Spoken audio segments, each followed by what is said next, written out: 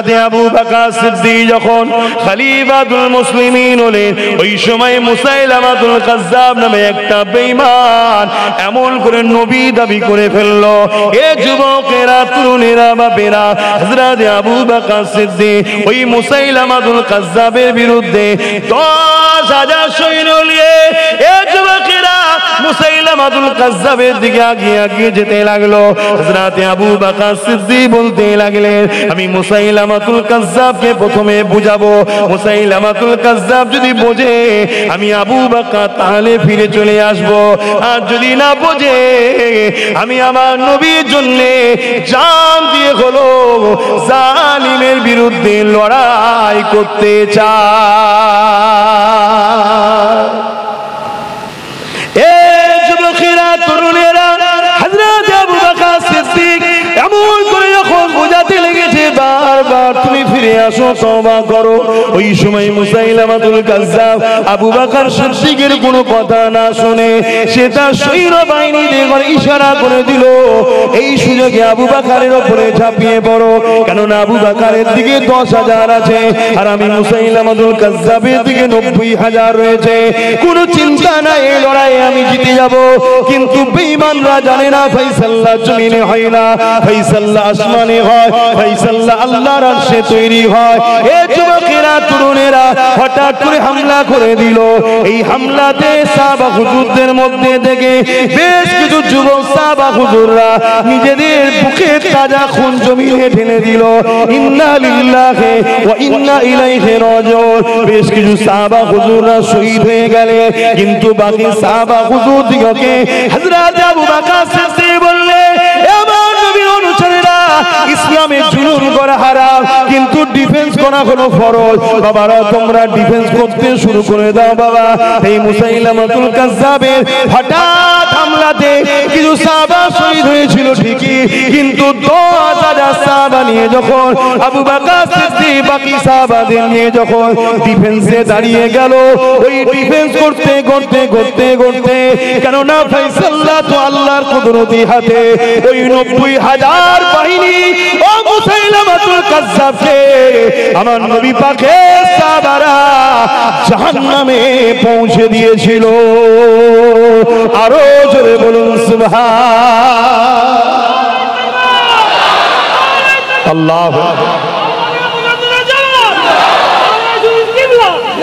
এটা ইসলাম, এটা ইতিহাস, তোমরা তাদেরই উত্তরসূরি। সাহাবা হুজুররা আমার নবী পাকের জন্য, আল্লাহর জন্য কি ত্যাগ স্বীকার করেছেন। সাহাবা হুজুররা আমার নবী পাকের জন্য, আল্লাহর জন্য কি কুরবানি ডানা দিয়েছেন, তার শিকি পরিমাণও আমরা তো দিতে পারলাম না। অথচ গলা লম্বা করে আমরা বলি আমরা নবীর উম্মত, জান্নাত আমাদের জন্যই তো রয়েছে। কত সহজ। আল্লাহ নবী যখন এই পৃথিবীর অন্ধকার জমিনকে আলোকিত করার জন্য, এই পৃথিবীর অন্যায় অত্যাচারকে বন্ধ করার জন্য, এই পৃথিবীর গরিব এতিম অসহায় বিধবা গুলোকে অধিকার দিবার জন্য, এই পৃথিবীর নারীগুলোর মর্যাদা দিবার জন্য আল্লাহ নবী যখন এই জমিনের উপরে নাই বাণী সত্য কলেমা যখন প্রচার করতে লাগলো, আমার নবী পাকের সব থেকে বেশি বড় দুশ্মন হয়েছিল তারা হলো ওই সময়ে যারা ক্ষমতাশালী শাসক ছিল তারা। কেননা তারা দেখেছে মুহাম্মদ রাসূল জি কথা বলতে লেগেছে, এই কথা হলো ইনসাফের কথা, আর আমরা তো মানুষকে বেইনসাফি করি। মুহাম্মদ রাসূল তো গরিবের হকের কথা বলে, আমরা তো মানুষের হককে ছিনিয়ে নিই। মুহাম্মদ রাসূল তো নারীদের ইজ্জতের কথা বলে, আমরা তো নারীদের ইজ্জতকে লুটা পছন্দ করি। মুহাম্মদ রাসূল তো নারীদের অধিকারের কথা বলে, আমরা তো নারীদেরকে অধিকার হরণ করার ধিক্কার দিই। এই জন্যে তারা আমার নবী পাকের সব থেকে বড় বিরোধী হয়েছিল। আর এক শ্রেণীর মানুষেরা আমার নবী পাকের সব থেকে বড় বিরোধী হয়ে গেল, যারা ধর্মের নামে অধর্ম মানুষকে শিখাতে ছিল, যারা ধর্মের নামে মানুষকে ধোঁকা দিতে লেগেছিল, তারাও আমার নবীর বড় দুশ্মন হয়ে গেল। আজকের দিনে পৃথিবীর দিকে তাকালেও দেখতে পাবেন আমার নবী পাকের দুই ধরনের দুশ্মন সব থেকে বড়। আমার ওয়াজ শুনছেন তো? মিলান এগুলো। তোমরাই তোমার নবীর উম্মত। তোমরা যদি সত্য মিথ্যা না জানো তাহলে নবীর বিরুদ্ধে গিয়ে নবীর দুশ্মনের সঙ্গে উঠা বসা করে নবীকে কষ্ট দিয়ে আল্লাহর জাহান্নামে চলে যাবে। তাই তো আমরা সজাগ করছি। তাহলে সেই সময়ও নবীর দুশ্মন ছিল বড় সব থেকে। আরো দুশ্মন ছিল দুই শ্রেণী। এক শ্রেণী হলো যারা রাজ ক্ষমতা দখল করে বসেছিল, মানুষের উপরে জুলুম অত্যাচার করত। আমি কোনো গল্প কেসা কাহিনী বলছি না, আমি তারিখে হাদিস বলছি। অস্বীকার যদি কেউ করে কাফের হয়ে যাবে। নবী সাহাবাদের কওলকেও মানতে হবে। শুনছেন তো নাকি? তাহলে এক শ্রেণীর মানুষ তারা কারা? যারা মানুষের উপরে জুলুম করে, অত্যাচার করে, গরিবকে লুটে, বিধবাকে লুটে, এতিমকে লুটে, গুন্ডা বাহিনী দিয়ে নিজেদের ক্ষমতাকে টিকিয়ে রেখেছিল। মোহাম্মদ রসুল তাদের বিরুদ্ধে কথা বলেছে, কোনো জুলুম বন্ধ করতে হবে। তাই তারা আমার নবীর সব থেকে বড় দুশমন ছিল। আজকেও পৃথিবী জুড়ে যারা এই রাস্তার পথিক, এই অন্যায়ের শাসক, জুলুমের রাস্তায়, মিথ্যার রাস্তায়, লুটের রাস্তায়, চুরির রাস্তায়, দাঙ্গার রাস্তায়, তারা আমার নবীকে তো আর পাচ্ছে না। নবীর দিনকে মিটাবার জন্য উঠে পড়ে লেগেছে না লাগে না। তার একটা নমুনা হলো কেন্দ্র সরকার। কথা মাথায় ঢুকছে না? ঢুকে। আমি ভুল কিছু আপনাদের বুঝাবো না, আপনি মিলিয়ে নেন আমার আজকে। হ্যাঁ, আমি জানি এ কথা বলার জন্য শাসক পাওয়ারের জন্য আমার ক্ষতি করার চেষ্টা করবে, কিন্তু এটাও জানি তোদের ক্ষমতা বেশি দূর নয়, খুব জোর জোর মেরে দিতে পারবি, এর চেয়ে বেশি কিছু করতে পারবি না। আর আমরা এতটা বিশ্বাস করি, আমরা যদি আল্লাহ ও রসুলের পক্ষে বলার জন্য মরতে পারি, এ মরণটা হবে আমার জন্য শ্রেষ্ঠ মরণ। মরবো দেরিতে, জান বেরোবার আগে জান্নাত দেখতে পাবো। জোরে বলুন সুবহানাল্লাহ, আরো জোরে বলুন সুবহানাল্লাহ। কিন্তু দুর্ভাগ্য আমাদের কোন জায়গায় জানেন? যে এত বুঝাবার পরও আমাদের যুব সমাজ রোদ দেখে পালিয়ে থাকে। আজকে এই এক্সাম্পলটাই দিই, রোদ দেখে পালিয়ে থাকে। অথচ যদি বলা হয় জান দিতে পারবে ইসলামের জন্য, তখন হাত সবাই তোলে, সবাই তোলে। সামান্য রোদকে অপেক্ষা করতে পারো না, তোমার হাত তোলাটা আমি নাহি অন্ধর মতো মেনে নিলাম, কিন্তু আমার আল্লাহ তো অন্তরের খবর জানে, মনে হয় তুমি পারবে। আর দ্বিতীয় নম্বর, আমার রাসূলুল্লাহর বিরোধী ছিল কারা? যারা মানুষকে ধর্মের নামে অধর্ম শিখাতো, ধর্মের নামে হিংসা, ধর্মের নামে নারী দেহ ভোগ করা, ধর্মের নামে এভাবে মিথ্যা মিথ্যা প্রচার করে মানুষকে কুসংস্কারের মধ্যে ঢেলে দিয়েছিল যারা, তারা আমার নবী চরম বিরোধী করেছিল। আজকেও পুরো পৃথিবী জুড়ে ওই সকল ধর্মগুরুগুলোর আজকে বড় সমস্যা হয়ে দাঁড়াচ্ছে। যত দুনিয়া মডার্ন হচ্ছে, তত আমার নবীর দ্বীনের মেসেজের দিকে মানুষ দ্রুত আসছে। জোরে বলুন সুবহানাল্লাহ।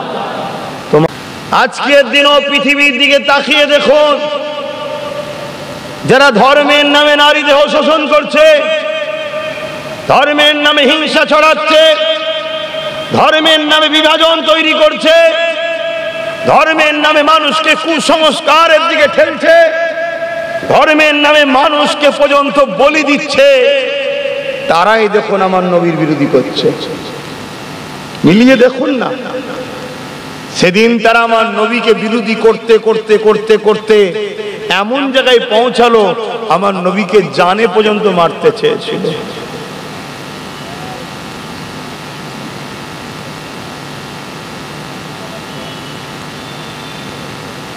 আমার নবীকে জানে পর্যন্ত মারতে চেয়েছিল। ইতিহাস জানেন না? হাই রে মুসলমান, এখনো সময় আছে, তওবা করে নাও, আল্লাহ পাকের কাছে ক্ষমাটা চেয়ে নাও। কেননা অনেক কষ্ট করার পরে আমার নবী পাক তোমার আমার কাছে দিন দিয়ে গেছে। এ যুবকেরা, তোমাকে আমাকে আল্লাহ কিয়ামতের দিনে কিন্তু ধরবে। তোরা আমার নবী রেখে যাওয়া দিনের জন্য কি করেছিস বল? দুনিয়ার জন্য তোরা তো অনেক কিছু করেছিস। দুনিয়ার বেঈমান কাফের লিডার নেতাদের জন্য এবং মুনাফিক নেতাদের জন্য তোরা একে অপরের খুন খারাপি পর্যন্ত করেছিস, মারপিট করেছিস, বোম বন্দুক পর্যন্ত ছুড়াছুড়ি করেছিস। বল দেখি, আমি আল্লাহ এ জমিন তোদের জন্য দিলাম, এ আসমানের মালিক তো আমি আল্লাহ। আমি আল্লাহ তোদেরকে দুটো হাত দিয়েছিলাম, আমি আল্লাহ তোদেরকে দুটো চোখ কান পা দিয়েছিলাম, আমি আল্লাহ তো তোদেরকে ক্ষমতা দিয়েছিলাম, আমি আল্লাহ তো তোদেরকে আশরাফুল মাখলুকাত মানুষ বানিয়েছিলাম। এ আমার বান্দা বান্দিরে, তোরা আমার হাবিবের জন্য কি করেছিস বল? আমি আল্লাহ তোদের স্রষ্টা, তোদের মালিক। আমি তোদেরকে তো জানিয়ে দিয়েছিলাম ইন্নাকা লাআলা খুলুকিন আযীম, সব থেকে উত্তম চরিত্রওয়ালা হলো আমার মুহাম্মাদুর রাসূল। আরো জোরে বলুন সুবহান।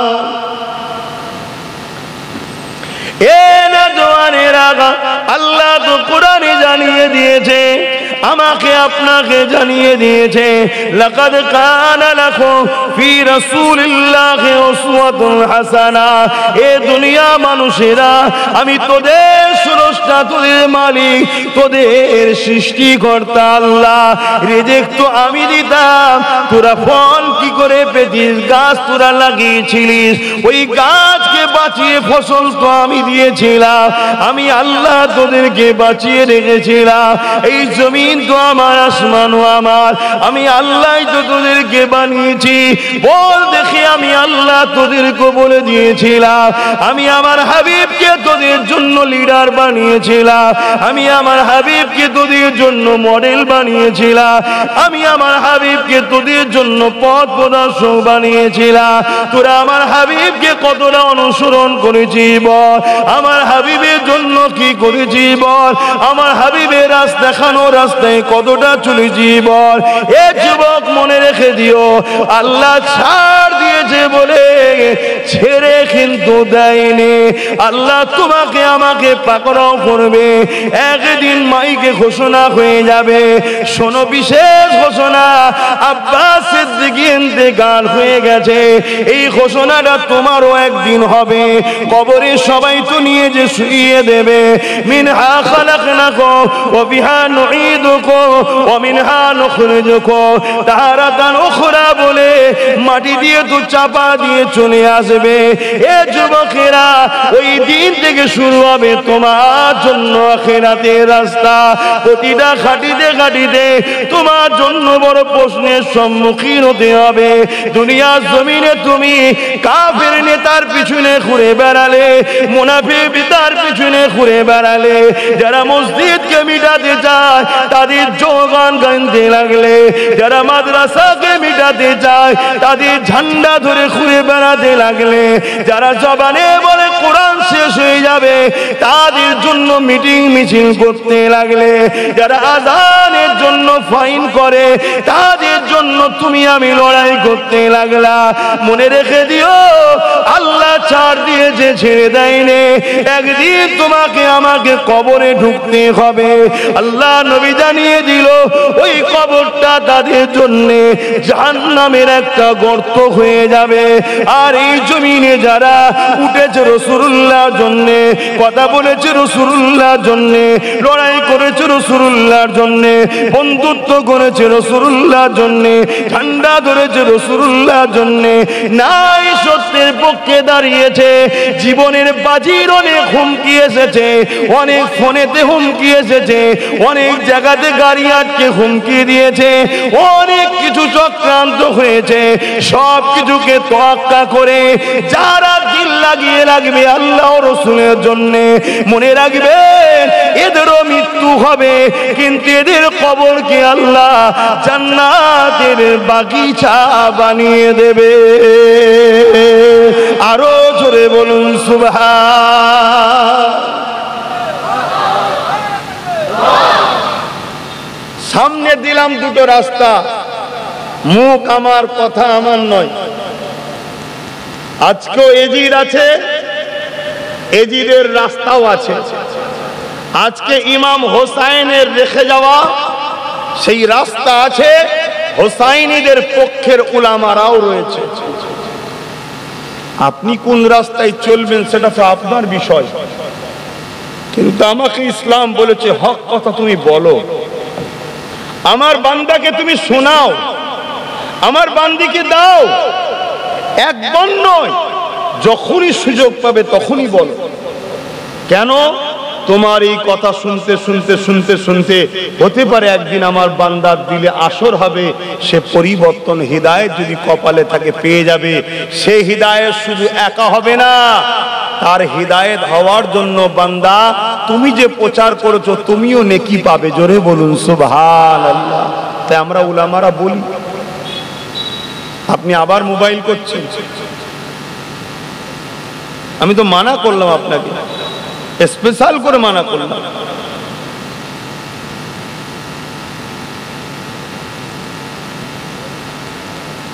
ভাইয়েরা আমার, নিজের ধর্মের ক্ষতি নিজেরা করেননি, গুনার মাপ আছে। ধর্ম বিদ্বেষী, নবী বিদ্বেষীদের মাপ নাই। গুনার মাপ আছে, ধর্মের দুশ্মনদের সহযোগীকারীদের মাপ নাই। একটা গাছ লাগালেন, গাছটাই 20 ফল তৈরি হয়, আপনি জানেন এ গাছে ভালো ফল নয়, 20 ফল আপনি জানার পরেও লাগিয়েছেন। ওই 20 ফল খেয়ে যতজন মানুষ মারা যাবে, দুনিয়ার আইনও বলছে আপনাকে কিন্তু থানায় তুলে নিয়ে যাবে, শাস্তি দেওয়া হবে। আর আমার আল্লাহ বলছে তোমাকে এই 20 ফল লাগানোর জন্য যত মানুষ ডেট হবে, এই মার্ডার করার আসামি হিসাবে তোমাকে জাহান্নামের শাস্তি দেওয়া হবে। একটা 20 ফল গাছ লাগানোর থেকেও ভয়ঙ্কর হলো একটা 20 জাতীয় লিডারকে তৈরি করা। শুনছেন না? শুনছেন? তার জন্য কত ঘর উজাড় হয়ে যাবে, কত এতিম তার হক পাবে না, কত বিধবা সে তার চোখের পানিতে তার ইজ্জতকেও রক্ষা করতে পারবে না। একটা জালিম অত্যাচারী লিডার তৈরি হওয়ার জন্য তোমার ইসলামের উপরও ঝড় ঝাপটা আসবে। শুনছেন তো নাকি? এটা কি আমার দায়িত্ব নয় আমার নবীর উম্মতদের ভাবানো? কি গো, দায়িত্ব আছে না? এবার এই কথা যখনই বলবো, এই অসৎ চরিত্রের 20 মার্কা নেতাগুলো তখন দেখবেন আমার সমালোচনা করবে। এই সমালোচনা করার জন্য শুকরিয়া জানাই খোদার, যাতে করে তোমরা সহজে সেই মুনাফিকগুলোকে চিনতে পারো। এটা তোমাদের জন্য সহজ হবে। সাবধান হন, সাবধান হন। এ দুনিয়া কিন্তু চিরস্থায়ী নয়। সামান্য লোভ লালসায়, সামান্য গাড়ি বাড়ি পদ, সামান্য একটু দুদিনের দুনিয়ার জন্য জাহান্নামকে খরিদ করে ফেলছি না তো? একটু ভাবা দরকার। আব্বাস সিদ্দিকীর আছে না না? কথা বলে। আমার ভাবা দরকার আছে না না? আচ্ছা, আপনাদের ভাবা দরকার আছে না না? হ্যাঁ, সবাইকে ভাবতে হবে। দুনিয়া সামান্য সুখ শান্তির আরাম আয়েশ, একটু নামের জন্য আমি জাহান্নাম কিনে নিচ্ছি না তো? কেন? আল্লাহ সব জানে। আমি তোমায় লুকিয়ে কিছু করতে পারি, তুমি আমায় লুকিয়ে কিছু করতে পারো। বলো আমি আল্লাহকে লুকোতে পারবো, তুমি আল্লাহকে লুকোতে পারবে কি? অতএব ভেবে চিনতে পা ফেলো। আখেরি জামানা বহুত কঠিন সময়। সব থেকে বড় ভয়ঙ্কর বিষয় হলো এই সময়টা এত কঠিন। আল্লাহ নবী বলছেন আসমানের নিচে জমিনের উপরে সব থেকে নিকৃষ্ট হবে একদল উলামারা। একদল, সবাই নয়, একদল উলামারা। কত ভয়ঙ্কর বুঝতে পারছেন? অন্য ধর্মগুরু কিছু বললে তো আমরা নাও মানতে পারি, প্যান্ট শার্ট পরা দাড়ি চাচা কিছু বললে নাও মানতে পারি, কিন্তু উলামাকে তো সবাই মানি। সেই উলামার মধ্যে আবার এক শ্রেণী হলো সব থেকে নিকৃষ্ট, অর্থাৎ চতুষ্পদ জন্তু খিঞ্জিলের থেকেও নিকৃষ্ট হবে একদল উলামা। নবীর ভবিষ্যৎবাণী একটু বুঝে বুঝে পা ফেলা দরকার আছে না? না কথা বলবেন না আমার সাথে? দরকার আছে না? না কত বড় গাদ্দারি করেছে এই কওমের সাথে, কত বড় গাদ্দারি করেছে। একটু বুঝে বুঝে চলুন। আল্লাহ তো প্রত্যেকেরই বিচার করবে, কিন্তু আল্লাহ আমাকে আপনাকে জ্ঞান বিবেক বুদ্ধি দিয়েছে। ওই জ্ঞান বিবেক বুদ্ধি দ্বারা আমাকে আপনাকে বুঝে বুঝে তো পা ফেলতে হবে।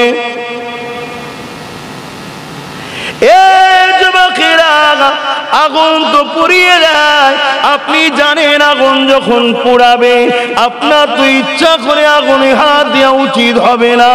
এরপরও যদি আপনি হাত দেন তাহলে বিপদের সম্মুখীন তো আপনাকে হতে হবে। আপনি তো জানেন যারা আমার আল্লাহর নয়, রসুলের নয়, তারা কখনো আমাদের কল্যাণ চাইতে পারে না। হ্যাঁ, হাতির দেখাবার দাঁত আলাদা থাকে, চিবাবার দাঁত আলাদা থাকে। এই সমাজে আমাদের মধ্যে কিছু মানুষ দেখানো মডেল তোমার আমার জন্য সাজে, কিন্তু তাদের হৃদয়ে আল্লাহ ও নবীর বিদ্বেষ যাদের মধ্যে আছে তারা কখনো তোমার আমার হতে পারে না। তাই তো আল্লাহ জানিয়ে দিলে, এ দুনিয়া মানুষেরা আমি তোদের জন্য আমার নবীকে মডেল করলাম। তোরা যাকেই ধরবি আগে তার মধ্যে আমার নবী আছে কি দেখ।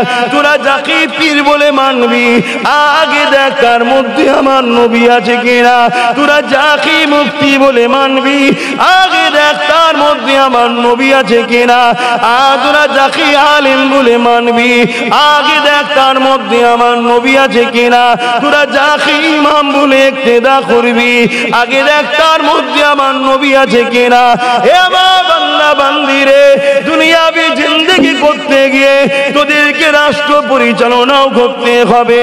আমি আল্লাহ ওই জায়গা তো তোদেরকে আমার নবীকে মডেল করলাম। এই দুনিয়ার জমিনেও তোরা যদি কাউকে লিডার বানাতে চাস, কারো পিছনে যদি দাঁড়াতে চাস, কারো যদি জয়গান গানতে চাস, মনে রাখবি তার মধ্যেও দেখ আমার নবী আছে কিনা। যার হৃদয়ে আমার নবী নাই, আমি আল্লাহ তোদের সৃষ্টিকর্তা সতর্ক করে দিই, তাদের কাছে তোরা যারা পরিমাণ উপকৃত হবি না, তাদের দ্বারা তোদের কোনো ফায়দা লাভ হবে না। তারা কখনো তোদের কল্যাণ চাইবে না। হতে পারে তাদের কল্যাণের জন্য সামান্য কিছু ভিক্ষা স্বরূপ তোদের দিতে পারে, কিন্তু মূলত মনে রাখবি তারা আমি আল্লাহর দুশমন, নবীর দুশমন। তারা তোদের সর্বসময় ক্ষতির জন্যই কিন্তু প্ল্যান তৈরি করে। আমি আল্লাহ তোদেরকে সতর্ক করে দিলাম। আমি আল্লাহ আমার নবীকে সব থেকে ভালো মডেল করেছি।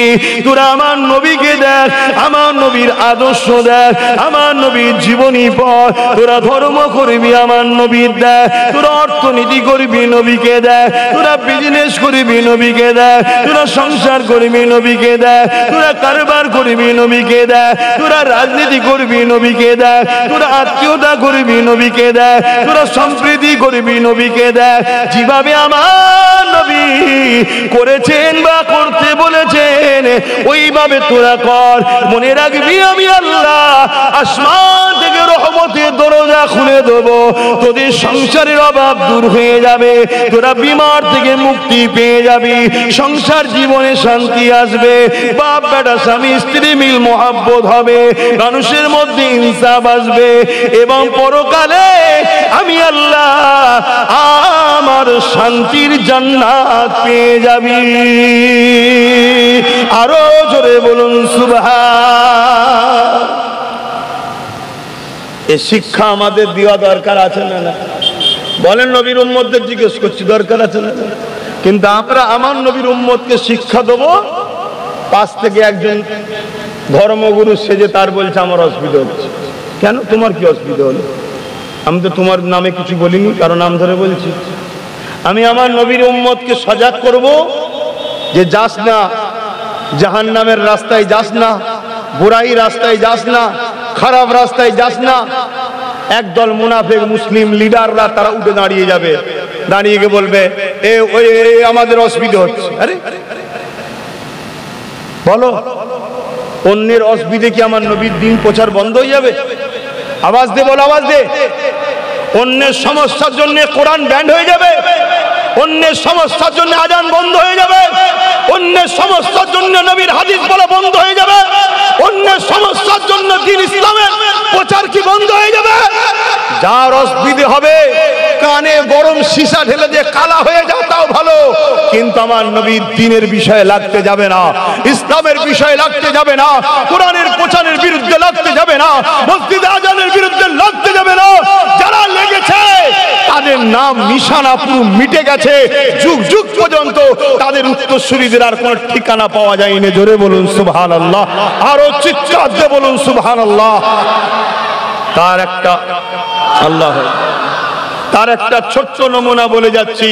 আমার ভারতবর্ষের হতভাগা আকবর, নামটা মুসলমান না, আকবর কি, কিন্তু হতভাগা রাজ ক্ষমতার জোরে, পাওয়ারের জোরে, হুকুমতের জোরে, মিলিটারির পাওয়ারে, প্রশাসনের পাওয়ারে, রাজগদির পাওয়ারে এমন অন্ধ হয়ে গেল, কোরআনকে মিটাবার জন্য একটা নকল দ্বীনে ইলাহি নামক কিতাব বার করলো। সেই কিতাব দ্বারা সে সমাজের মানুষকে গুমরা বানিয়ে আকবরের দাসত্ব তৈরি করার, কোরআনের বিরুদ্ধে নিয়ে যাবার পরিকল্পনা তৈরি করলো। আকবরের হাতের সর্বপ্রথম যারা ছড়ি বা হাতের মূল যারা হয়ে কাজ করেছিল তারা হলো তৎকালীন সময়ে নামধারী বক্তা বলি সাহেব, মুফতি সাহেব, তারাই কিন্তু আকবরের হয়ে কাজ করেছিল। আজান হচ্ছে, কোরআনের উপরে অনেক ঝড় এসেছে, আসছে, আসবে।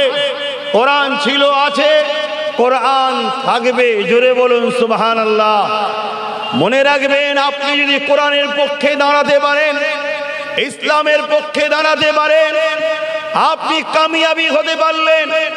আর যদি কোরআনের পক্ষে না দাঁড়াতে পারেন, ইসলামের পক্ষে না দাঁড়াতে পারেন, ধ্বংস আপনি হবেন, কোরআন ও ইসলাম নয়। হতভাগা আকবর রাজ ক্ষমতা দিয়ে কোরআনকে মিটাতে চেয়েছিল। সেও বলেছিল কোরআনকে শেষ করে দেওয়া হবে, কোরআন মিটে যাবে। তাই দ্বীনে ইলাহি বার করেছিল, বড় প্ল্যান করে, অনেক বড় কথা সংক্ষেপে বলছি। আমার মিলিটারি আছে, আমার ফোর্স আছে, আমি মুগলে আজম শাহিন শাহ বাদশাহ। আরে আমি যা চাইবো সেটা হবে। আরে তুমি যা চাইবে সেটা হবে না, আমার সৃষ্টিকর্তা যেটা চাইবে ওটাই হবে। জোরে বলুন সুবহানাল্লাহ। ফায়সালা জমিনে হয় না, ফায়সালা আরশে আজিমের উপরে হয়। জোরে বলুন সুবহানাল্লাহ। চেষ্টাটা জমিনে হয়, আমাদের কাজ চেষ্টা করা। আমি চেষ্টা করছি আল্লাহর রাহে কুরবান হব। আরে হতে পারবো কি পারবো না, ফায়সালা উপরে হয়। ওখানে যদি ফায়সালা হয়, চলো আব্বাসকে এই মাকামটা দেয়া হবে, তবেই আমার কপালে হবে শহীদ হওয়া। ওখানে যদি ফায়সালা না হয়, আমি হাজারো যদি চেষ্টা করি তাহলে হবে না। কেন? শহীদ অনেক বড় নিয়ামতের ব্যাপার বাপ। আমার কপালে যে অত বড় নিয়ামত আল্লাহ দেবে কিনা, এটা বড় সৌভাগ্যের বিষয়। শুনছেন তো নাকি? হ্যাঁ, এটা বিরাট বড় সৌভাগ্যের ব্যাপার। কেন? শহীদ কিয়ামতের দিনে পুরো রক্তাক্ত অবস্থাতে উঠবে। আল্লাহ, আমি আপনার জন্য, আপনার হাবিবের জন্য কোরবান হয়েছি। আল্লাহ ওই শহীদের কোনো হিসাব নেবে না। বেহিসাব জান্নাতি করবে, জোরে বলুন সুবহানাল্লাহ। আর ময়দানে মাশরে কানা মিকদারু 50 আলফা সানাতিন, 50,000 বছর দাঁড়িয়ে থাকতে হবে বাকিদের। কত বছর? এই যে রোদে আজকে আমাদের অসুবিধা হচ্ছিল, আরে এর রোদ তো ময়দানে মাশরের তুলনায় বরফ। জমিনটা লোহা পুড়ে যেমন লাল হয় ওরকম লাল হয়ে যাবে। মাথার এক দিক দেখতে এক হাত উপরে সূর্য নেমে যাবে, 12 গুণ তাপ বাড়বে, নাক দিয়ে ঘিনুগুনো গলে গলে ঝরবে। এ যুবক বিশ্বাস হচ্ছে না? বিশ্বাস হচ্ছে না যে আমরা মডার্ন দুনিয়ার মানুষ, এসব বিশ্বাস হয়? আরে মডার্নই তো পৃথিবীকে ইসলামের দিকে আনছে। দুনিয়া যত তারাক্কি করছে, বিজ্ঞান যত তারাক্কি করছে, আমেরিকা বলুন, ব্রিটেন বলুন, ফ্রান্স বলুন, জাপান বলুন, পৃথিবীর বড় বড় সায়েন্টিস্টরা, পৃথিবীর বড় বড় শিক্ষিতরা ইসলামের দিকে তত দ্রুত ছুটছে, জোরে বলুন সুবহানাল্লাহ। কেন? কোরআনটাই তো বিজ্ঞানময় কোরআন, ইয়াসিনুল কোরআনিল হাকিম। এ কোরআন পুরোটাই তো বিজ্ঞানময় কোরআন, জোরে বলুন সুবহানাল্লাহ। বিজ্ঞান যত তারাক্কি করবে কোরআনের হাকিকাত মানুষ তত পাবে, মুহাম্মদ রাসূলের উপরে মানুষের অ্যাট্রাকশন তত হবে। কিন্তু দুঃখের বিষয়, আমরা মডার্নের নামে কুসংস্কারের দিকে হু হু করে ঢুকে যাচ্ছে, আমাদের হুঁশই নাই। ইসলামই হলো একমাত্র মডার্ন, জোরে বলুন সুবহানাল্লাহ।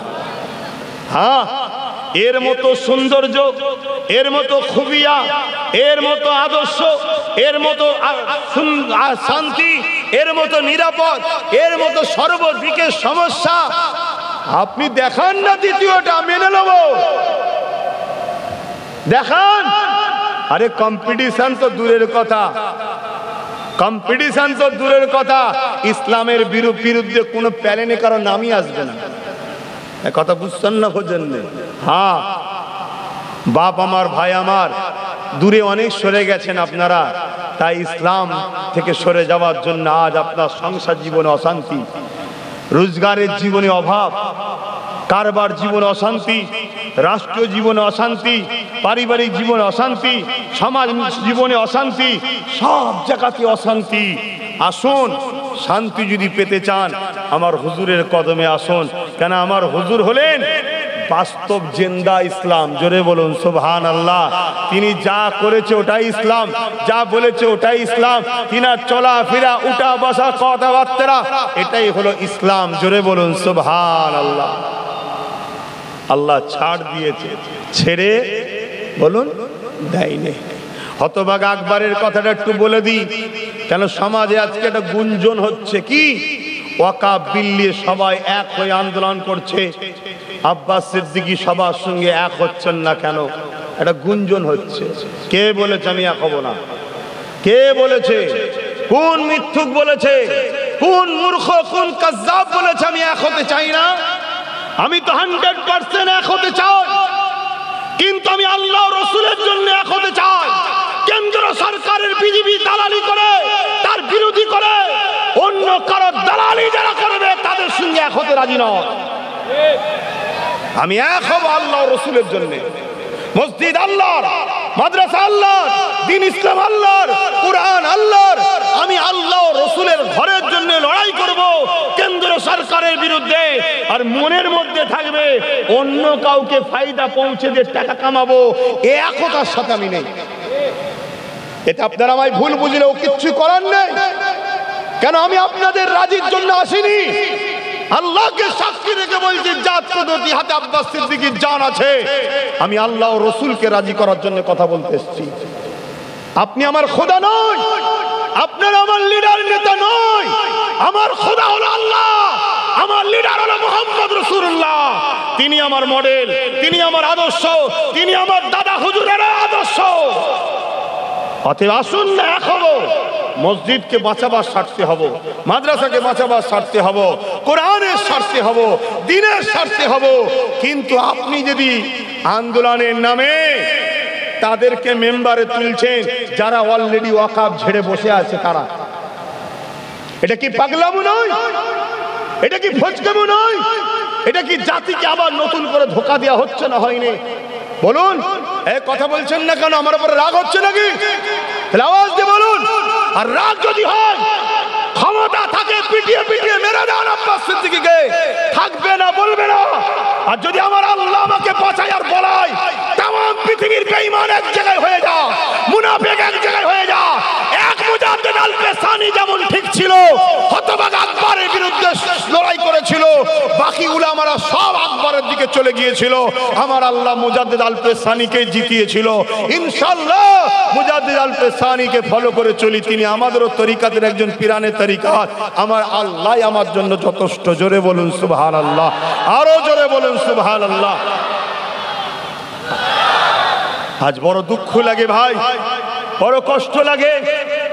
কেন্দ্র সরকার যেভাবে ষড়যন্ত্র করছে, যদি এই ওয়াকফ বিলটা পাস করে নিতে পারে, কোনোভাবে যদি পাস করে নিতে পারে, ভারতবর্ষে মুসলমান আর টিকতে পারবে না।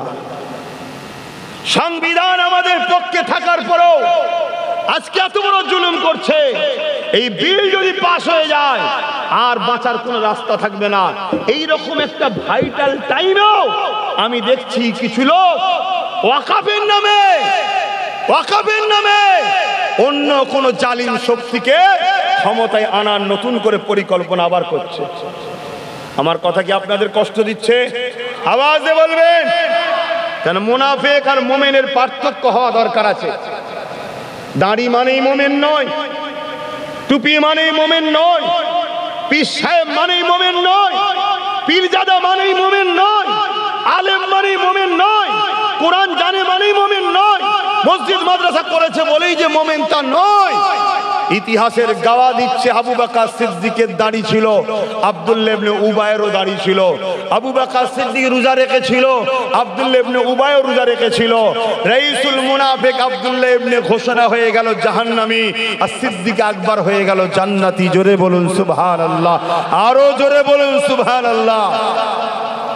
আর আমার কওমকে বলি, এত পেটে জ্বালা ধরেছে, এত পেটে জ্বালা ধরেছে, আমি সবই বুঝি, তারপরও ফ্রি বিরিয়ানিটা খাবো এই জন্য একটু গেছিলাম।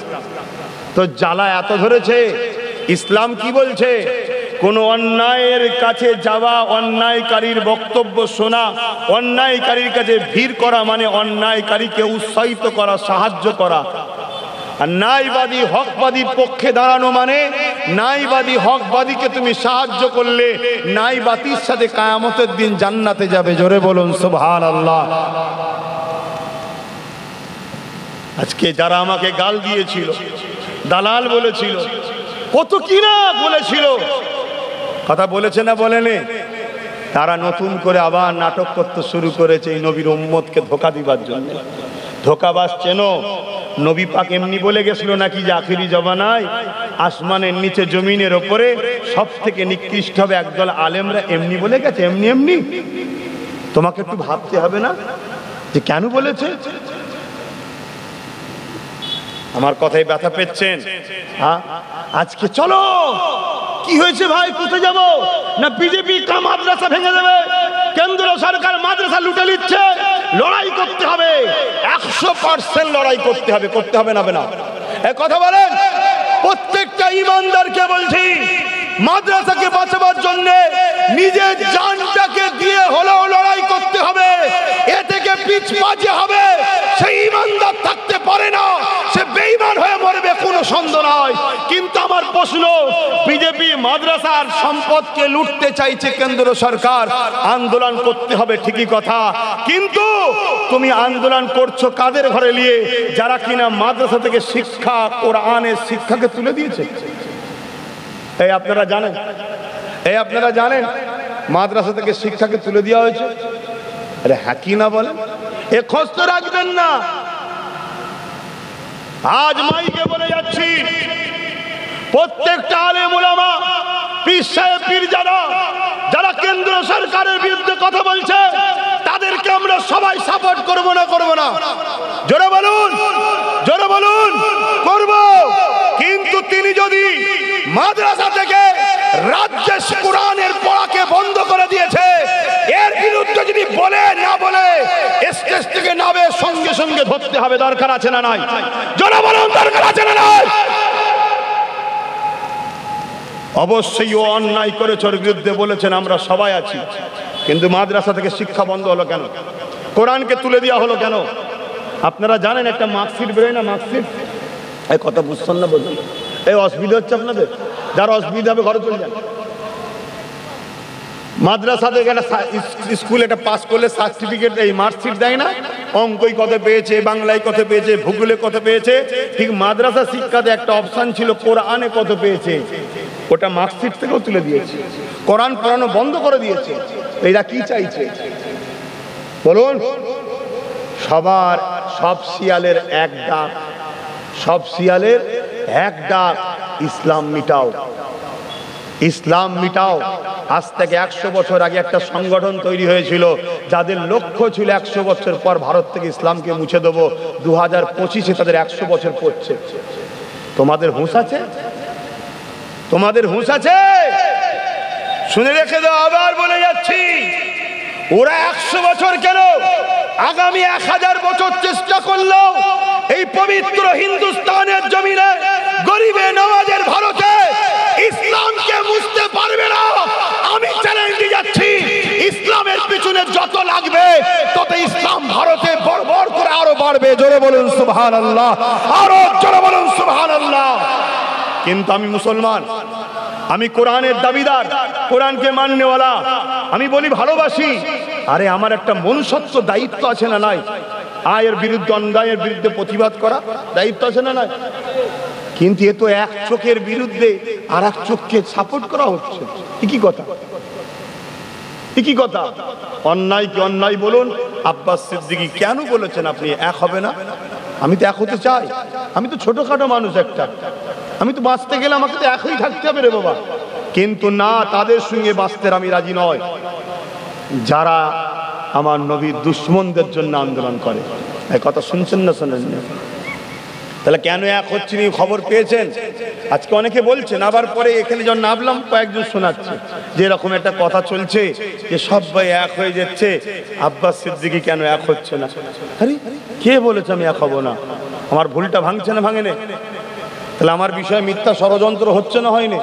তাহলে কেন এক হচ্ছে নি মাথায় ঢুকেছে। এবারে আপনারা বলুন, আমি কি এক হব তাদের সাথে? কথা আপনারা বলুন, কারণ আমি আপনাদের ঘরে ভালোবাসি। আপনারা আমার দাদা পীরের মুরিদ, নবীর উম্মত। হাত তুলে বলুন এক হব।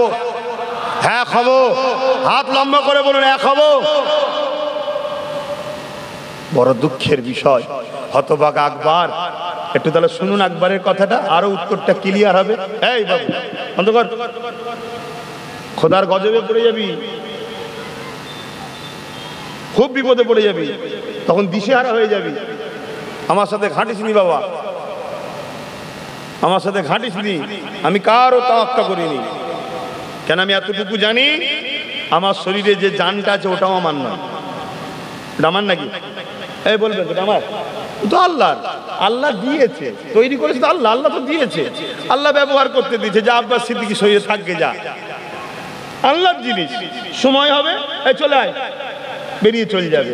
হ্যাঁ এতদিন আমার সাথে ছিলিস, কিছুক্ষণ থাকার তুমি কে হে, যাই চলে যাবে, ঠিক না বেঠিক গো?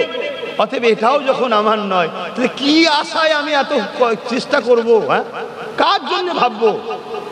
নিজের জানটাই নিজের নয়, ও মালিকের সৃষ্টি করা জিনিস, আল্লাহ সৃষ্টি করে দিয়েছে।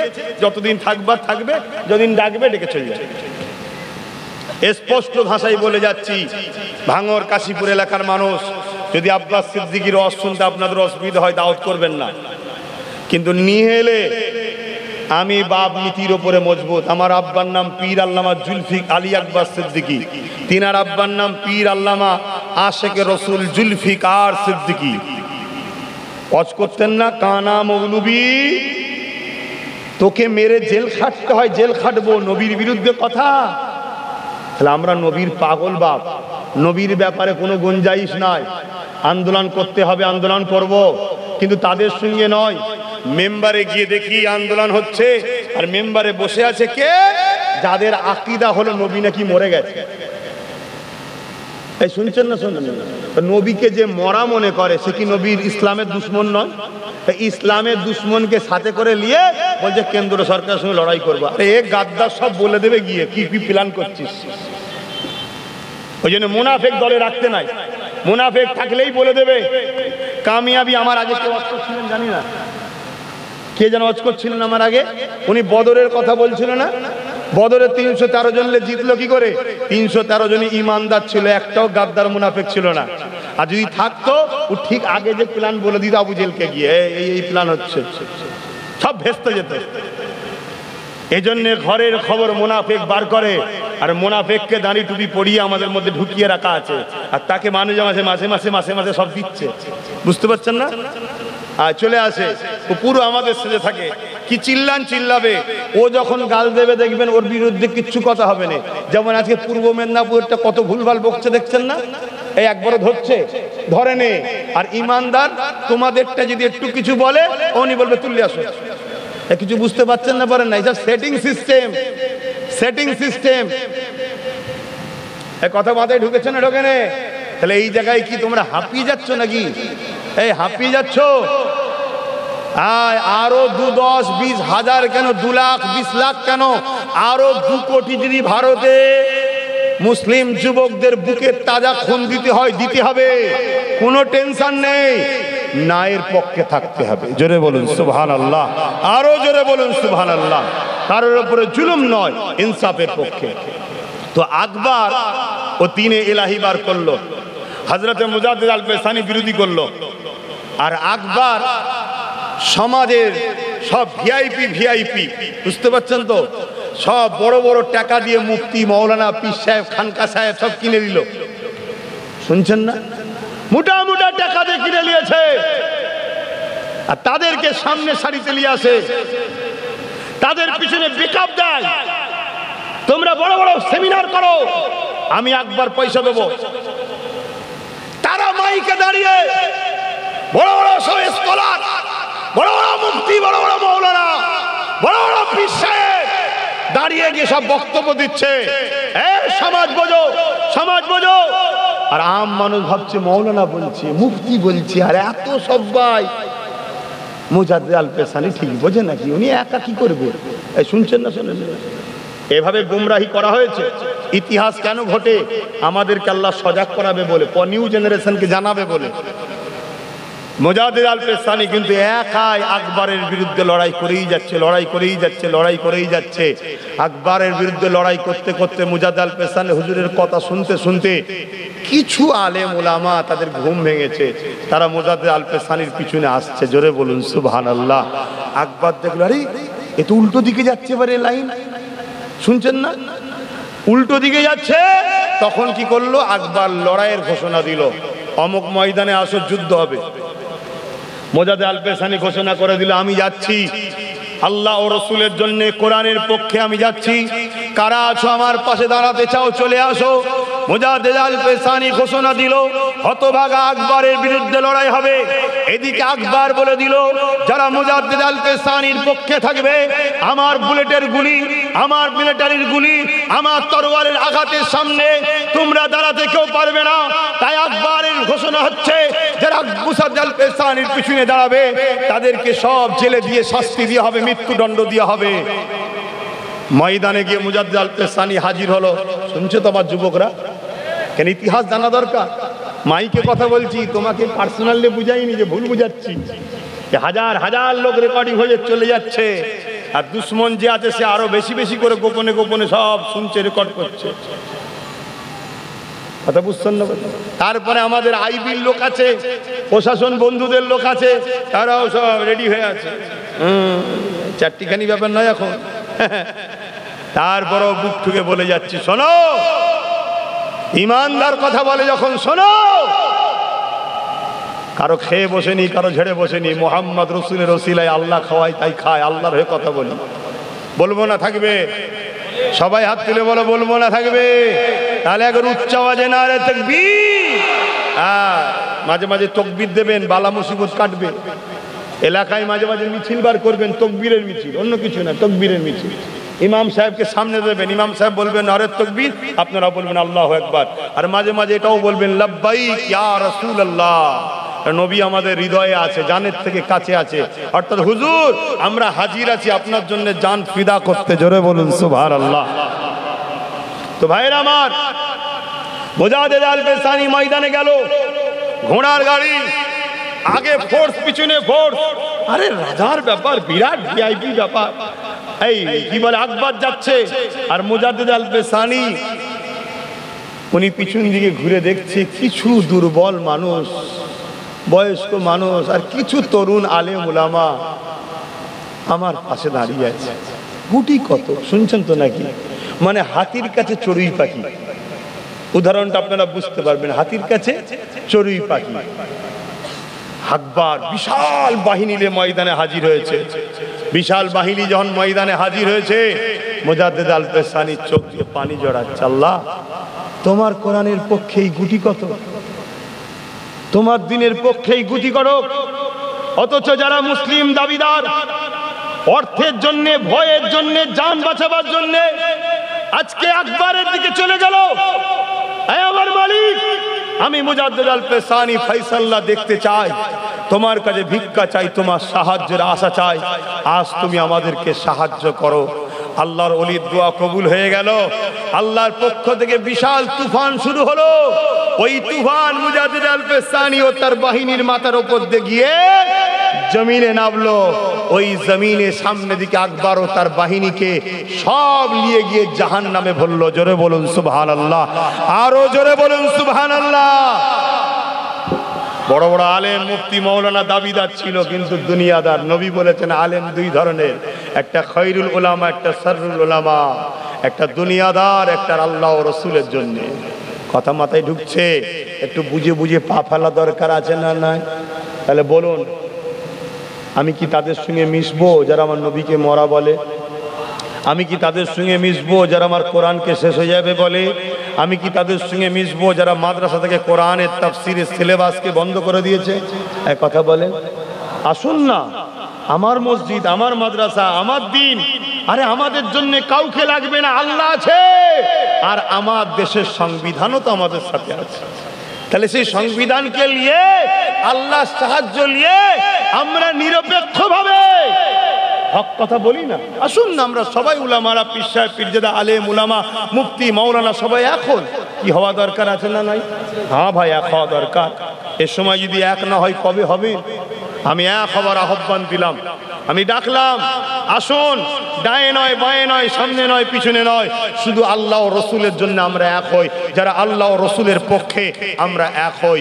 কোরআন আমাদের জন্যে, রসুল আমাদের জন্যে, আল্লাহ আমাদের জন্য, দিন আমাদের জন্য, আর আমার দেশের সংবিধানও তো আমাদের পক্ষে আছে। ঠিক না বে ঠিক গো? তো যাক, সময়ের দিকে খেয়াল করে তারপরও একটা ছোট্ট কথা বলে যায়। হযরত আবু বকর সিদ্দিক যখন খলিফাতুল মুসলিমিন হলেন, ওই সময় মুসাইলামাতুল কাজ্জাব নামে একটা বেঈমান এমন করে নবী দাবি করে ফেললো। এ যুবকেরা, তরুণেরা, বাপেরা, হযরত আবু বকর সিদ্দিক ওই মুসাইলামাতুল কাজ্জাবের বিরুদ্ধে 10,000 সৈন্য নিয়ে, এ যুবকেরা মুসাইলামাতুল কাজ্জাবের দিকে আগিয়ে যেতে লাগলো। হযরত আবু বকর সিদ্দিক বলতে লাগলেন, আমি মুসাইলামাতুল কাজ্জাবকে প্রথমে বুঝাবো। মুসাইলামাতুল কাজ্জাব যদি বোঝে আমি আবু বকর, তাহলে ফিরে চলে আসবো। আর যদি না বোঝে, আমি আমার নবীর জন্য জান দিয়ে হলো জালিমের বিরুদ্ধে লড়াই করতে চাই। তার বিরুদ্ধে যাচ্ছে মুসাইলামাতুল কাজ্জাব, যে নবী দাবি করেছিল, মিথ্যুক। আল্লাহ কোরআন বলছে, ওয়ালাকির রাসূলুল্লাহি ওয়া খাতামান নবীন, আমার নবী হলো শেষ নবী। সেখানে আবার মুসাইলামাতুল কাজ্জাব নবী দাবি করেছে। এটা একটু শুনুন নাকি? হ্যাঁ, মুসাইলামাতুল কাজ্জাবের দিকে 90,000 সৈন্য আছে। কত? এটা আওয়াজ দিয়ে বলুন। 90,000 বিদেশি ইসলামের বিদ্বেষ দুশ্মন দেশগুলো মুসাইলামাতুল কাজ্জাবকে সাপোর্ট করছে, পিছন থেকে সৈন্য দিয়েছে, অর্থ দিয়েছে, সব দিক দিয়ে মুসাইলামাতুল কাজ্জাবকে 90,000 সৈন্য অস্ত্র দিয়ে ঘিরে আছে। আর আমার সিদ্দিক আকবর নিয়ে গেছে কত? মাত্র 10,000। কত? 10,000। তার মানে একজন, ওইদিকে 9 জন। সংখ্যা বেশি দেখুনি। ইসলাম বারবার কামিয়াবি হয়েছে ঈমানের জোরে, আল্লাহর সাহায্যে, নবীর প্রেমে ইসলাম কামিয়াবি হয়েছে। আজ আমার যুব সমাজকে বলি, ঘাবড়াবার কিছু নেই। যদি তোমার হৃদয়ে আল্লাহ রাসূল থাকে, কে তোমার পক্ষে আছে, কে তোমার বিরুদ্ধে আছে, হিসাব দেখার সময় নয়। আল্লাহ রাসূল যদি থাকে তাহলে নারে তাকবীর আল্লাহু আকবার বলে আগিয়ে চলো, কোনো চিন্তা নেই। আল্লাহ আমাদের জন্য যথেষ্ট। জোরে বলুন সুবহানাল্লাহ, আরো জোরে বলুন সুবহানাল্লাহ। মুসাইলামাতুল কাযযাবের কাছে সিদ্দিক আকবর গেলেন, গিয়ে তাকে বুঝাচ্ছে, আরে তুমি এরকম ফিতনা লাগালে কেন, তুমি ফিতনা লাগালে কেন? মুখে রোদ লাগছে, বাপ একটু দাঁড়িয়ে যাই। আপনারা বসেন, বসুন, আর না আমার সাথে দাঁড়াতে যান, দাঁড়িয়ে যান, দাঁড়িয়ে হয়ে যাবে আলোচনা, তারপরে সালাম হয়ে যাবে। না মুখে রোদ লাগে, কি হলো? আগালে রোদ লাগে মনে হচ্ছে। ঠিক আছে, সব দেরিয়ে গেছে, সব দেরিয়ে গেছে। ধরে শুনছেন তো আপনারা নাকি? আর এই গাছটা বীজখানে হয়ে গেছে, আল্লাহর হুকুম গাছেরও দরকার। ওই জন্য ওইদিকে মানুষগুলো বুঝতে পারছেন, সরে আছেন ডান দিকে। এটা বলবো না, সালাম পরিচয় করে দেবো। ইতিহাস জানবেন না, আমার বাপ দাদা পূর্বপুরুষদের ইতিহাস জানবেন না? সিদ্দিক আকবর তো আপনাদেরই, ফারুক আজম তো আপনাদেরই, উসমান গনি তো আমাদেরই, মাওলা আলী তো আমাদেরই। এই ইতিহাস তো আমাদের জানা দরকার। হযরত আবু বকর সিদ্দিক রাদিয়াল্লাহু তাআলা আনহু তিনি মুসাইলামাতুল কাযযাবকে যে বুঝাচ্ছে, এই কোরআন যখন বলেছে ওয়ালাকিন রাসূলুল্লাহ ওয়া খাতামান নবী, তাহলে কেন তুমি ফিতনা লাগাচ্ছ? কেন মানুষের মধ্যে দিবাদ তৈরি করছো? কেন তুমি মিথ্যা নবী দাবি করছো? এইভাবে আবু বকর সিদ্দিক মুসাইলামাতুল কাযযাবকে বুঝাতে লেগেছে। কিন্তু একটা মানুষ আছে, ক্ষমতার জন্য অন্ধ হয়ে যায়। সে ভাবতে লেগেছে আমার পক্ষে 90,000 সৈন্য রয়েছে, আমার পক্ষে 90,000 সৈন্য রয়েছে, 90,000-এর হাতে অস্ত্র রয়েছে, আর আবু বকরের দিকে মাত্র 10,000 রয়েছে। তাই এই জায়গাতে আবু বকরের কথা কেন আমি শুনবো? এই সুযোগে আমি আবু বকর ও তার বাহিনীকে মিটিয়ে দেব। অন্যায় করছে, বুঝাচ্ছে, তারপরও সে বলছে আবু বকরের কথা শুনবো কেন আমি? এ যুবকেরা, তরুণেরা, হযরত আবু বকর সিদ্দিক এমন করে যখন বোঝাতে লেগেছে, বারবার তুমি ফিরে আসো, তওবা করো। ওই সময় মুসাইলামাতুল কাযযাব আবু বকর সিদ্দিকের কোনো কথা না শুনে সে তার সৈন্যবাহিনীদের ইশারা করে দিল, এই সুযোগে আবু বকরের উপরে ঝাঁপিয়ে পড়ো, কেননা আবু বকরের দিকে 10,000 আছে আর আমি মুসাইলামাতুল কাযযাবের দিকে 90,000 রয়েছে। কোনো চিন্তা নাই, এই লড়াইয়ে আমি জিতে যাব। কিন্তু বেঈমানরা জানে না ফয়সালা জমিনে হয় না, ফয়সালা আসমানে হয়, ফয়সালা আল্লাহর আরশে তৈরি হয়। এ যুবকেরা, তরুণেরা হঠাৎ করে হামলা করে দিল। এই হামলাতে সাহাবা হুজুরদের মধ্যে থেকে বেশ কিছু যুবক সাহাবা হুজুররা নিজেদের বুকে তাজা খুন জমিনে ঢেলে দিল। ইন্না লিল্লাহি ওয়া ইন্না ইলাইহি রাজিউন। বেশ কিছু সাহাবা হুজুররা শহীদ হয়ে গেলে, কিন্তু বাকি সাহাবা হুজুর দিগকে হযরত আবু বকর সিদ্দিক বললেন, আমার নবীর অনুসারীরা, ইসলামে জুলুম করা হারাম, কিন্তু ডিফেন্স করা হলো ফরজ। বাবারা, তোমরা ডিফেন্স করতে শুরু করে দাও বাবা। এই মুসাইলামাতুল কাযযাবের হঠাৎ হামলাতে কিছু সাহাবা শহীদ হয়েছিল ঠিকই, কিন্তু 10,000 সাহাবা নিয়ে যখন আবু বকর সিদ্দিক বাকি সাহাবাদের নিয়ে যখন ডিফেন্সে দাঁড়িয়ে গেল, ওই ডিফেন্স করতে করতে করতে করতে, কেননা ফয়সালা তো আল্লাহর কুদরতি হাতে, ওই 90,000 বাহিনী ও মুসাইলামাতুল কাযযাবকে আমার নবী পাকের সাহাবারা জাহান্নামে পৌঁছে দিয়েছিল। আরো জোরে বলুন সুবহানাল্লাহ।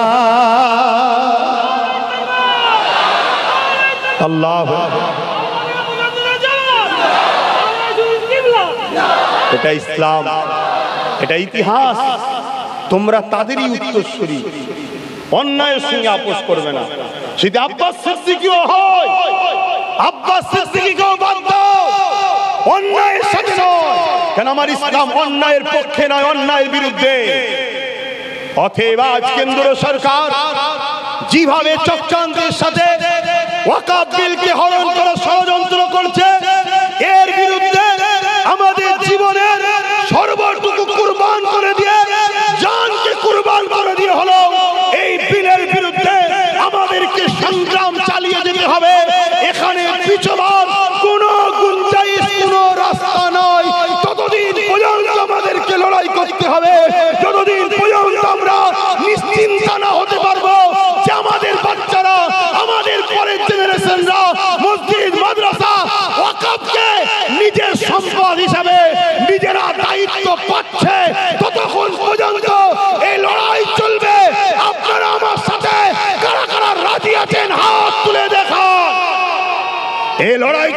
চলবে না।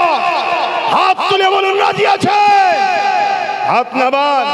এখানে বোম দেখলে হবে না, কামান দেখলে হবে না, কার দিকে মিলিটারি, কার দিকে বন্দুক, কার দিকে বোম, কার দিকে কত লোক, কার দিকে কি আছে ওটা দেখলে হবে না।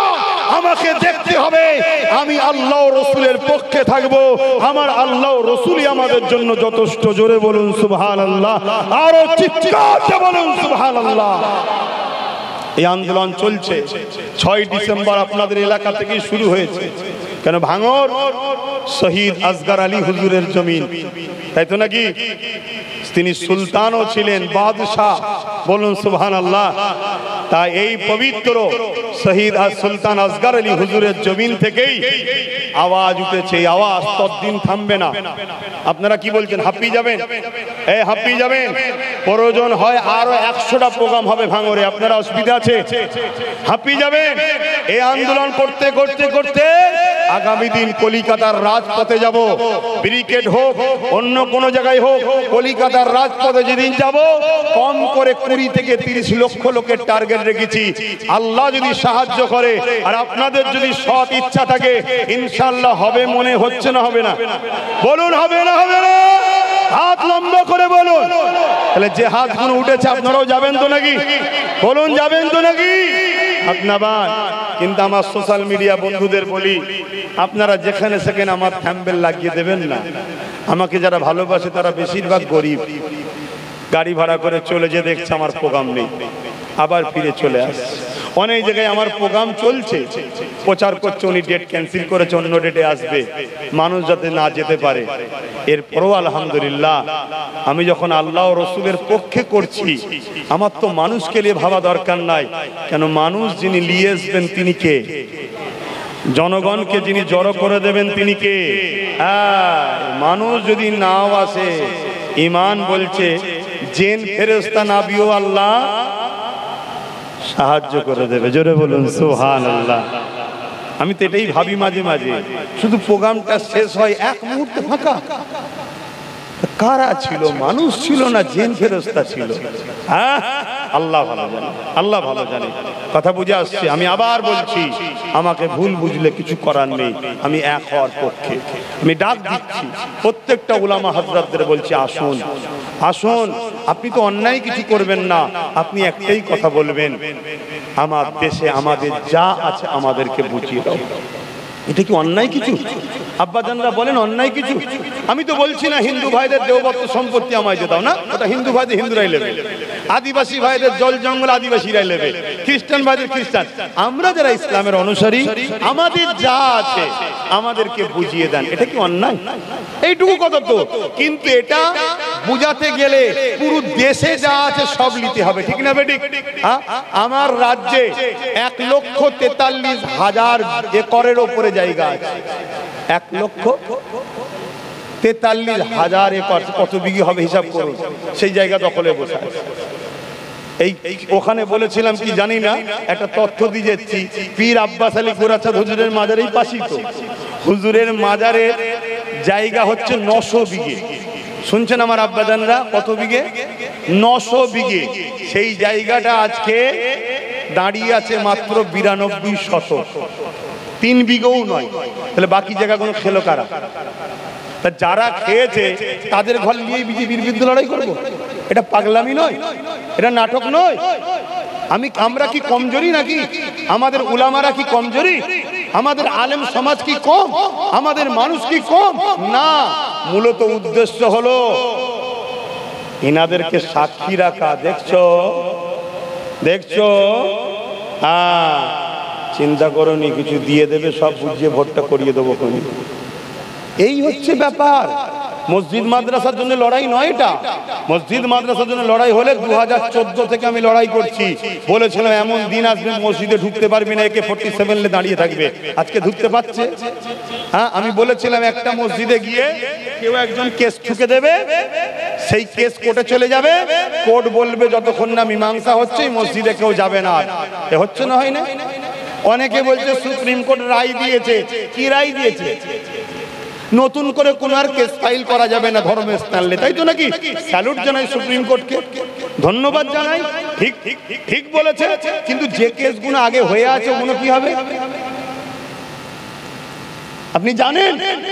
45,000-এর উপরে মসজিদ মাদ্রাসায় কেস হয়ে আছে, কি হবে? অতএব ঢোকো, একটু ভেতরে ঢোকো, যদি না ঢোকো তোমার বাচ্চাগুলোকে এখন থেকে মেরে দিয়ে যাও, দোদকে মরার থেকে নিজেরা মেরে দিয়ে যাও, যা দিন ভয়ানক আসছে। খারাপ লাগছে নাকি আমার কথা বাপদের? আল্লাহর রাস্তে বলে যাচ্ছি, প্রত্যেকটা ইমাম সাহেব ভাই, মৌলানা সাহেব ভাই, ইমাম সাহেব ভাই, আলেম সাহেব ভাই, আসুন এখন কাউকে লুটার জন্য নয়, কাউকে মারার জন্য নয়, তিনটে কারণে এক হব। নাম্বার 1 দেশকে বাঁচাবো, নাম্বার 2 সংবিধানকে বাঁচাবো, নাম্বার 3 আমাদের ব্যক্তিগত সম্পদ আমরা বাঁচাবো। দেশ যখন বাঁচবে দেশের অন্য সম্প্রদায়ের মানুষও বাঁচবে, সংবিধান যখন বাঁচবে জুলুম বন্ধ হবে, আর আমাদের সম্পদ আমরা বাঁচাবো। কি গো আলেম ওলামা ইমাম ভাইদের এক হওয়া দরকার আছে না? আসুন, আপনি তো ভুল কিছু বলছেন না, এই সুযোগ আসুন এখন। আপনি যদি মনে করেন যে আমার যা সামান্য এসেছিল ওটা যদি না পায়, কেন আপনি এত ঘাবড়ে আছেন কেন? তাহলে আপনাকে গোলাম বানিয়ে রেখেছে যে আমার হবি দেবো না, একে তো বলা হয় চাকর। এক কথা আমার ভুল বলা হচ্ছে, আমি ছোট করছি কাউকে না, ভাবাচ্ছি। আর আমি আপনাকে বলছি আপনি এক মুঠো হন, আপনারা এক মুঠো হন, যা পাচ্ছেন ও থেকে 5 গুণ বেশি পাবেন। কত হচ্ছে হিসাব করে নেবেন, 5 গুণ বেশি আরো পাবেন। আপনাদের জিনিস এত আছে, আর গাফলিতি করার জন্য সামান্য ভিক্ষা দিয়ে আপনাকে গোলাম বানিয়ে রেখেছে। আমার কথা এখানে শেষ। কে কে কষ্ট পেলেন খুলে বলেন না। আমি জালিম নই, আর আমার পিছনে কোনো ফোর্সও নেই যায় চুল্লি যান, কই ও আমার বিরুদ্ধে বলেছে চুল্লি যান, আমি ওটাও করতে, আমার কথা শুনবে না। কথা শুনছেন না শোনেননি? ঘাবড়াচ্ছেন কেন? হক কথা বলুন। আর যদি বলেন যে না আমরা কষ্ট পাইনি, তাহলে আমি ঠিক বলেছি, তাই তো নাকি? ঠিক যখন বলেছি ঠিকের উপরে মজবুত হন, ঠিকের উপরে মজবুত হন। এই লড়াই ওয়াকাফের পক্ষে, মাদ্রাসা বাঁচানোর পক্ষে, গরিব এতিম অসহায়দের পক্ষে, দেশের পক্ষে, সংবিধানের পক্ষে এই লড়াই আবার চলছে, আগামীতেও চলবে। আপনারা এই লড়াইয়ে পিছপা হয়ে যাবেন না, পিছপা হয়ে যাবেন না তো? এই লড়াই অনেক দূর পর্যন্ত যাবে, কিন্তু মনে রাখবেন আমার নামে মিথ্যা প্রচার না হয়ে যায়, সেসব খপ্পরে পা দেবেন না। এতটুকু আমার ভালোবাসার মানুষকে বলার দায়িত্ব আছে না নাই? এখন নামাজের দিকে খেয়াল করে সালাম করব, দোয়া করব। ইয়া নবী সালাম, ইয়া রাসূল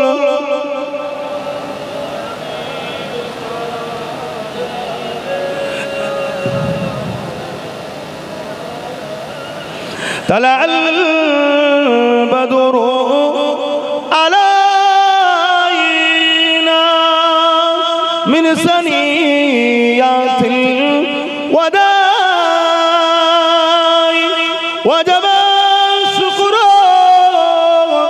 علينا ما دعا لله داعي يا نبي سلام يا رسول سلام يا حبيب سلام سلام। সকলে বসেন, এক্ষুনি দোয়া হবে, বস। আচ্ছা আমার আব্বা ভাই